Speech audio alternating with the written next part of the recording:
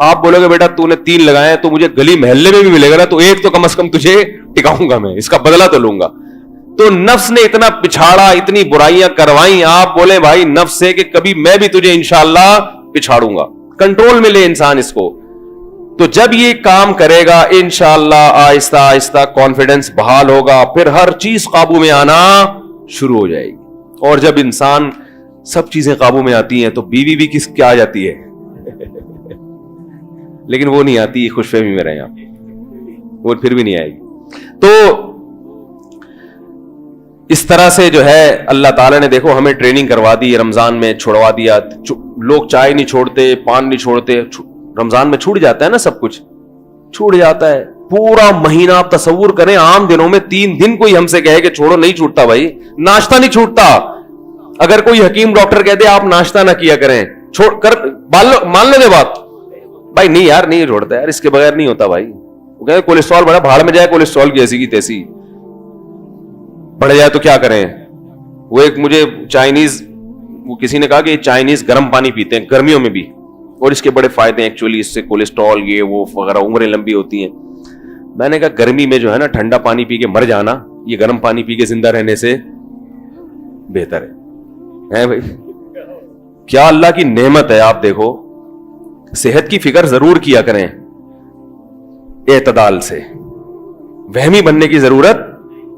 گٹکا چھوڑیں, پان چھوڑیں, چائے بھی چھوڑ دیں تو اچھا ہے, یہ بھی کوئی فائدہ نہیں ہے اس کا. چینی چھوڑیں, یہ جو تیل کے گھی کے جو بیکار قسم کا گھی آ رہا ہے اور آرٹیفیشل جو تیل ہے اس نے جو برباد کیا ہوا ہے, اور جو بسکٹ اور یہ پاپے اور یہ ڈبل روٹیاں پھلا رہی ہیں, یہ چیزیں چھوڑ دیں مگر ایک بس حد. اب یہ نہیں کہ بہت زیادہ آپ نے مائیکل جیکسن کی طرح وہمی بن گئے کہ ٹھنڈا پانی چھوڑ دیا. سردیوں میں چھوڑ دیں لیکن گرمیوں میں کوئی حرج نہیں ہے. ہمارے نبی صلی اللہ علیہ وسلم کے لیے گرمیوں میں اسپیشلی دور سے جا کے کنووں کا ٹھنڈا پانی لایا جاتا تھا. خود ٹھنڈا پانی پیتے تھے ہمارے نبی, لیکن وہ نیچرل ہوتا تھا. یہ ٹھیک ہے فریج کا جو ٹھنڈا یہ نقصان دہ, تو تھوڑا سا ہو, زیادہ ٹھنڈا نہ ہو.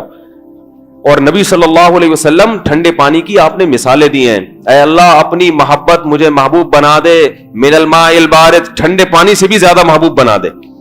اے اللہ پیاس کی شدت میں ٹھنڈے پانی میں جو مزہ آتا ہے, تجھ سے محبت کی چاشنی اس سے بھی زیادہ ہو. تو کس سے تشبیہ دی جا رہی ہے؟ ٹھنڈے پانی سے. اور وہ چائنیز بیچارہ گرمیوں میں بھی کیا پی رہا ہے؟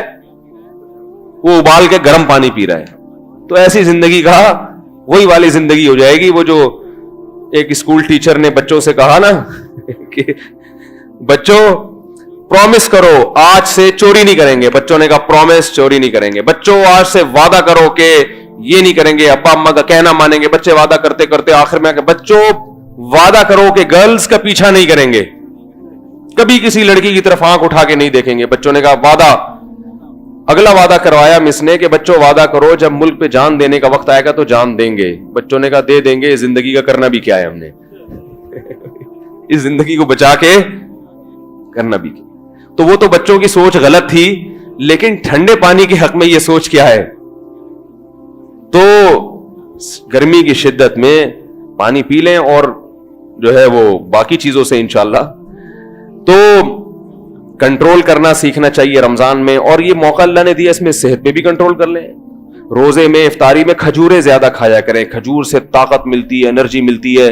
کھجور سے توند نہیں نکلتی, پاور ملتی ہے جسم کو, طاقت ملتی ہے. سارا دن جو کمی ہوئی تھی وہ بھی پوری ہوتی ہے, توند نہیں نکلتی, اس میں فائبر ہوتا ہے.